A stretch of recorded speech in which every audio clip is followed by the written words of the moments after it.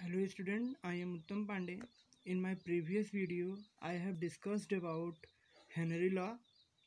In this video, I will discuss you about vapor pressure and Raoult's law. तो बच्चों सबसे पहला topic है वेपर प्रेशर। वेपर प्रेशर होता क्या है? तो वेपर प्रेशर को जानने से पहले मैं आपको ये बात बताना चाहता हूँ कि कोई भी जो सबस्टेंस होता है वो नॉर्मल टेम्परेचर पे उसका जो एब्सोल्यूट टेम्परेचर होता है वो जीरो तो होता नहीं है, इसलिए उसके पास कुछ ना कुछ काइनेटिक एनर्जी ज़रूर होती है उसके हर मॉलिक्यूल्स के पास। तो जो उसकी काइनेटिक एनर्जी होती है उसी के कारण बच्चों वो उसी के कारण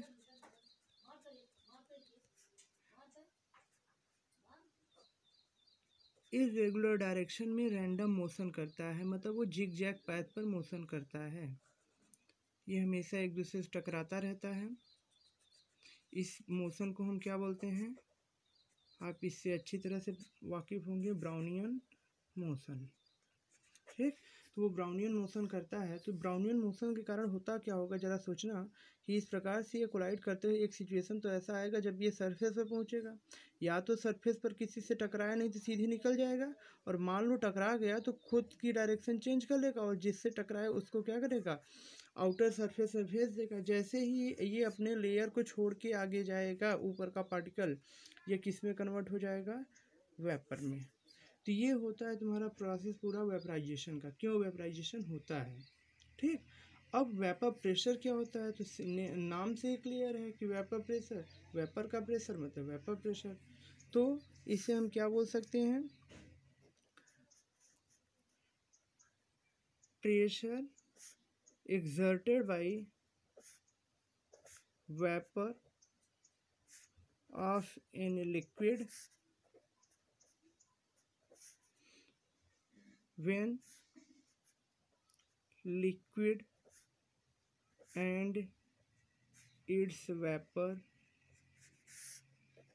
both are present in equilibrium with each other। इसका मतलब बच्चों, जो ये जो वेपर बना है ये बाद में प्रेशर एग्जर्ट करेगा।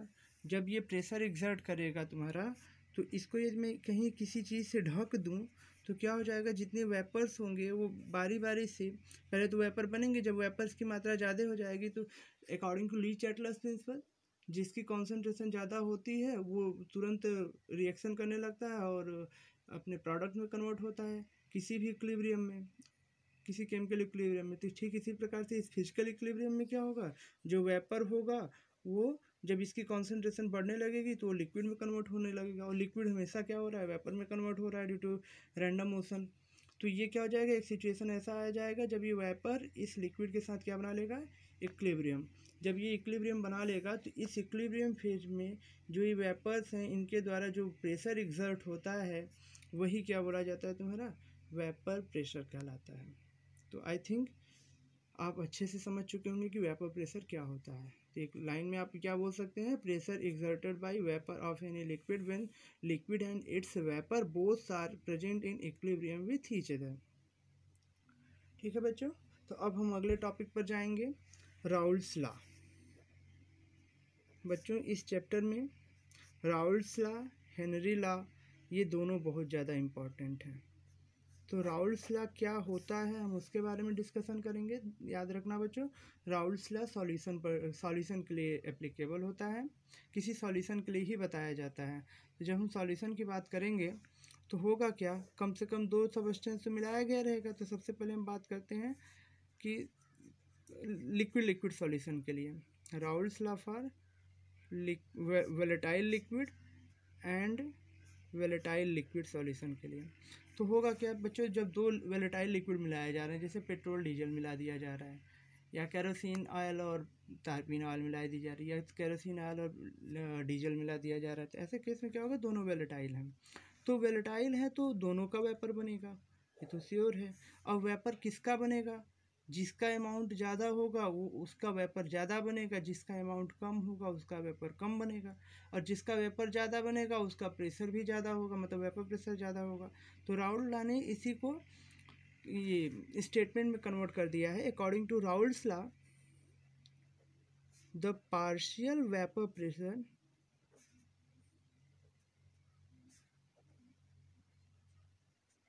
of any volatile substance या volatile liquid is directly proportional to its mole fraction. Dear students, इसका मतलब क्या है? किसी भी लिक्विड का जो पार्शियल वेपर प्रेशर होता है किसी सॉल्यूशन में, वो डायरेक्टली प्रोपोर्शनल होगा उसके मोल फ्रैक्शन के, मतलब उसका मोल फ्रैक्शन जितना ज़्यादा, अर्थात उस सॉल्यूशन में उसकी अमाउंट जितनी ज़्यादा, उसका वेपर प्रेशर भी उतना ही ज़्यादा बनेगा, उसका वेपर प्रेशर भी उतना ही ज़्यादा होगा। That is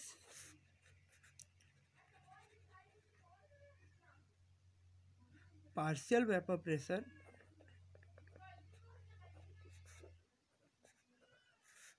Pi is directly proportional to chi I, where Pi is partial vapor pressure of any component, ith component, और chi I the mole fraction of ith component।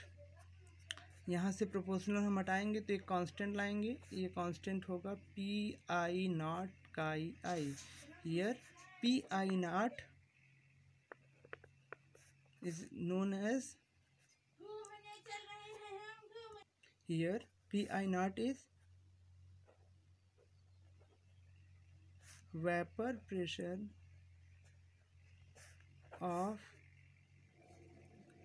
ith pure ith component। That is, इस हिसाब से हम क्या बोल सकते हैं कि किसी भी कंपोनेंट का जो वेपर प्रेशर होता है वो होता है product of mole fraction of it and vapour pressure of pure component. मतलब जिस सबस्टेंस के लिए हम बात करेंगे उस सबस्टेंस का किसी सॉल्यूशन में जो वेपर प्रेशर होगा वो इक्वल होगा उसके उस सॉल्यूशन में मोल फ्रैक्शन के और उसके ओरिजिनल वेपर प्रेशर के मल्टीप्लिकेशन के। That is, in other word we can say that vapor pressure of any component in a solution is equal to product of its mole fraction and its vapor pressure at that temperature in pure state. So let us assume that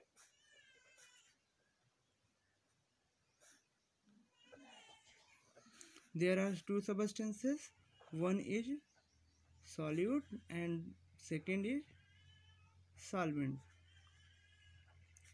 Then according to Dalton's atomic theory, Dalton's gas theory for gases, total pressure of any solution is or mixture is equal to sum of partial pressure of all component present in that solution। मतलब यदि इसमें दो चीज़ मिले, दो हैं, एक solute है और एक सॉल्वेंट है, तो जो टोटल सॉल्यूशन का प्रेशर होगा, PS बोलिए या P टोटल बोलिए, वो इक्वल होगा P partial pressure of solute plus partial pressure of solvent. मतलब जो सॉल्यूशन का वेपर प्रेशर होगा वो सॉल्यूट के विलेय के और विलायक के दोनों के पार्शियल प्रेशर के समेशन के इक्वल होगा। सिंस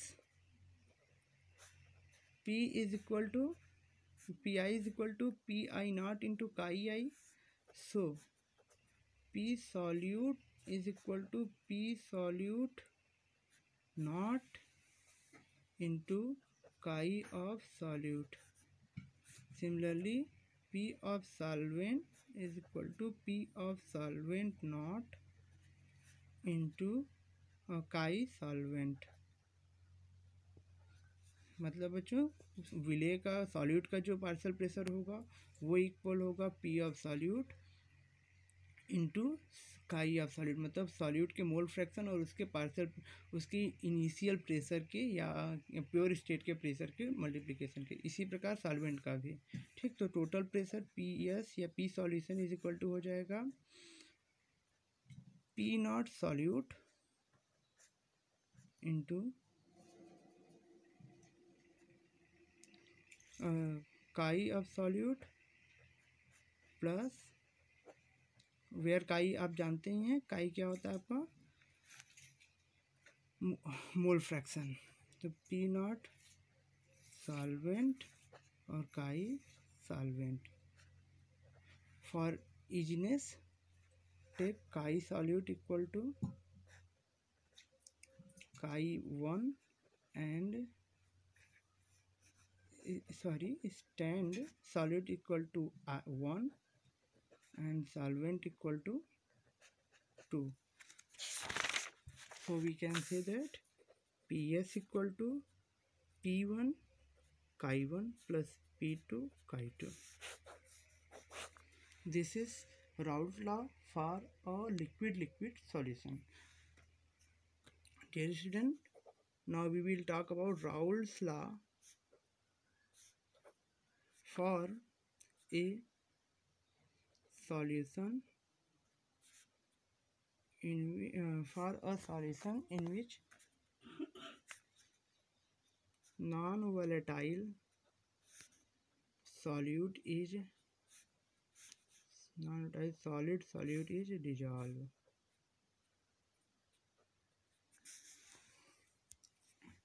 डियर स्टूडेंट, प्यारे बच्चों, जब हम एक किसी लिक्विड में कोई सॉलिड हम डिजॉल्व करते हैं तो क्या होता है, ऊपर के सरफेस पर आकर बैठ जाता है। जब वो ऊपर के सरफेस पर बैठ जाता है तो उसमें तो वोलेटिलिटी है नहीं, उसमें तो वाष्पन की क्रिया, वेपराइजेशन की प्रोसेस हो नहीं पा रही है। तो ये जो रैंडम मोशन है उससे कुछ कंडीशंस तो ऐसी ज़रूर हो जाएंगी जिससे वो वेपर नहीं बन पाएगा। तो इसका मतलब क्या है, जो सॉल्वेंट का इनिशियल प्रेशर होता है उससे सॉल्यूशन का प्रेशर थोड़ा कम आता है। तो यहाँ पर भी हम सेम केस अप्लाई करते हैं। Let solute is equal to 1 and stand solute is equal to 1 and solvent equal to 2। So P total और P S is equal to क्या हो जाएगा आपका P1 chi 1 plus P2 chi 2। Since solute is solid, चूँकि बच्चों solute जो है वो सॉलिड है तो उसका जो वेपर, उसका तो वेपर बनेगा नहीं, उसका वेपर प्रेशर 0 लिया जाएगा। तो P ऑफ सॉल्यूट जो होगा वो आपका 0 होगा, P नॉट सॉल्यूट का। तो यहाँ से हम क्या लिख सकते हैं, पी एस इक्वल टू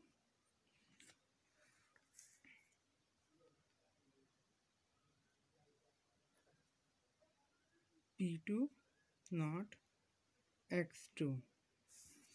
चूँकि बच्चों आप पिछले क्लास में पढ़ चुके हैं कि जो sum of all component, sum all mole fraction of all component in a solution is equal to unity. मतलब जितनी भी कंपोनेंट होती हैं उनका जो मोल फ्रैक्शन होता है उसका समीशन यदि मैं कर दूं तो हमेशा एक आता है। इसका मतलब काई 1 प्लस काई 2, या ये बोलें कि काई for solute plus chi for solvent, ये वैल्यू क्या आ जाएगी आपकी, एक आ जाएगी। तो यहाँ से हम क्या लिख सकते हैं, काई 2 इज इक्वल टू लिखा जा सकता है 1 minus chi 1। So P S will be equal to P2 nought into 1 minus chi 1। यहाँ से बच्चों लिखा जा सकता है P S by P2 nought is equal to 1 minus chi 1। फिर इसको हम क्या लिख सकते हैं, देख लो, P S by P2 nought equal to 1 minus chi 1। तो इसे हम लिख सकते हैं chi 1 is equal to 1 minus P S by P2 naught. ये हो जाएगा आपका chi 1 is equal to P2 naught minus P S upon P2 naught. तो ये क्या हो गया बच्चों, P2 जो है, यहाँ पे P2 जो है वो आपका सॉल्वेंट का, प्योर सॉल्वेंट का वेपर प्रेशर है। PS जो है आपका वो सॉल्यूट का वेपर प्रेशर है, सॉल्यूशन का वेपर प्रेशर है। तो पहले ये P2 नॉट था, अब ये PS हो चुका है। क्योंकि ये डिक्रीज हो जाएगा, मैंने आपसे पहले ही कह दिया है, तो इसका मतलब क्या है, ये लोअरिंग इन वेपर प्रेशर होगा। इनिशियल प्रेशर से इस समय का जितना प्रेशर है उसको डिक्रीज करा देंगे, तो जो वैल्यू आएगी वही तो लोअरिंग है। तो ये लोअरिंग वेपर प्रेशर है। इसे हम कह सकते हैं lowering in vapour pressure divide by P2 nought, मतलब that is lowering in vapour pressure by in vapour pressure of pure solvent. तो यहाँ से हम क्या लिख सकते हैं, lowering in vapour pressure by P2 nought या vapour pressure of pure solvent, इसी को बोला जाता है relative lowering in vapour pressure of liquid. या ओके, ये वैल्यू किसके बराबर आ गई है आपकी, Chi1 इज इक्वल टू, ये क्या था आपका, मोल फ्रैक्शन ऑफ, आप देख लीजिए बच्चों, 1 स्टैंड हुआ था सॉल्यूट के लिए, तो ये क्या है, मोल फ्रैक्शन ऑफ सॉल्यूट। तो यहाँ से हम क्या बोल सकते हैं, जब एक नॉन वोलेटाइल सब्सटेंस को किसी लिक्विड में हम डिजॉल्व करते हैं, किसी वोलेटाइल लिक्विड में हम डिजॉल्व करते हैं, तो उसमें जो उसकी वेपर प्रेशर में लोअरिंग आ जाती है, उसकी थोड़ी कमी आ जाती है। तो वो जो कमी है वो उसकी relative lowering in vapour pressure of liquid जो होगी वो मोल फ्रैक्शन ऑफ सॉल्यूट के डायरेक्टली इक्वल होगी। मतलब जितना ज़्यादा मोल फ्रैक्शन होगा सॉल्यूट का, उतना ज़्यादा रिलेटिव लोअरिंग होती चली जाएगी। तो इस हिसाब से ये इसको सेकेंड फॉर्म है राउल्ट्स लॉ का, इसे हम क्या बोल सकते हैं, that is Raoult's law. So Raoult's law can also stated as the relative lowering in vapor pressure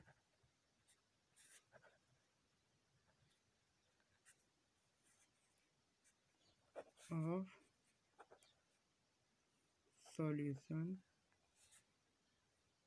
is equal to relative lowering pressure vapor pressure of a solution is equal to mole fraction of solute when a non-volatile solute is dissolved in volatile liquid। तो बच्चों ये दूसरा form है, मतलब जो relative lowering pressure है, vapour pressure है, वो सॉल्यूट के मोल फ्रैक्शन के इक्वल होगा जब एक नॉन वोलेटाइल सब्सटेंस किसी वोलेटाइल लिक्विड में डिजॉल्व किया जाएगा। ओके।